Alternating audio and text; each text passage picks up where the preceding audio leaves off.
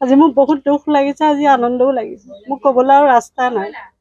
মই এতিয়া দুটা ল'ৰা কেনেকৈ পঢ়াম, মই এতিয়া তাক লৈহে মই চিন্তাত মই পৰিছোঁ।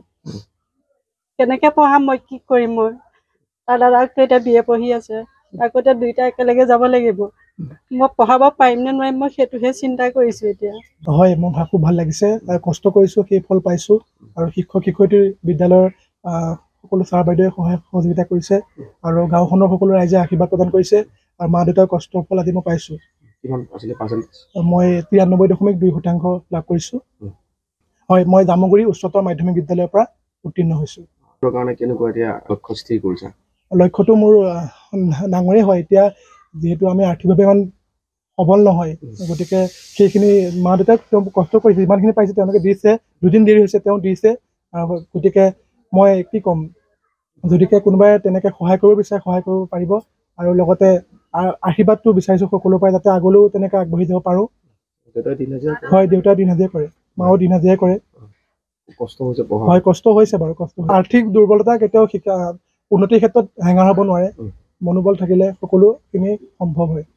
এডমিশ্যন লোৱাৰ কথা মই যোৱাকালি গুৱাহাটীত 4 বছৰীয়া BEdৰ যিটো এণ্ট্ৰেঞ্চ, সেইটো মই দি থৈ আহিছোঁ। তাত যদি উত্তীৰ্ণ হয়, নিশ্চয় মই ত্যাগী হেমবৰুৱা মহাবিদ্যালয়ত পঢ়িবলৈ সুবিধা পাম। ভগৱানৰ আশীৰ্বাদত, শিক্ষক শিক্ষয়িত্ৰীৰ আশীৰ্বাদতো, আজি গাঁৱে জ্ঞাতিৰ আশীৰ্বাদতো ফলাফল পাইছে। মইনো আজি কি ক'ম, ক'বলৈ মোৰ একো ৰাস্তাই নাই।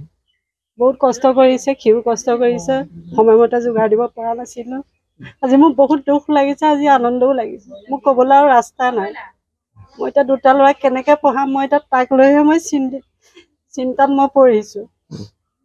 কেনেকৈ পঢ়াম, মই কি কৰিম? মই তাৰ দাদাকতো এতিয়া BA পঢ়ি আছে, তাকো এতিয়া দুইটা একেলগে যাব লাগিব। মই পঢ়াব পাৰিম নে নোৱাৰিম, মই সেইটোহে চিন্তা কৰিছোঁ এতিয়া। তাতো যদি কোনোবাই যদি সহায় সুযোগ কৰে, মই বহুত আনন্দিত হ'ব পাৰোঁ। মই আজি নথৈ আনন্দ, খুব ভাল লাগিছে। গাঁৱৰ জ্ঞাতি ৰাইজ সকলো আছে আৰু পৰিয়ালটো আজি খুব ভাল লাগিছে। আৰু মানে ক'বলৈ ৰাস্তা নাই, ইমানেই ভাল লাগিছে।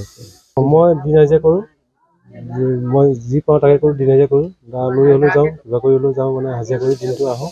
আৰু যেনেকৈ ল'ৰাহঁতে বিচাৰিছিলে সুবিধা দিব পৰা নোহোৱাৰ মাজতেই মই দি আগবঢ়াই গৈছিলোঁ আৰু তাৰ ফল মই পালোঁ।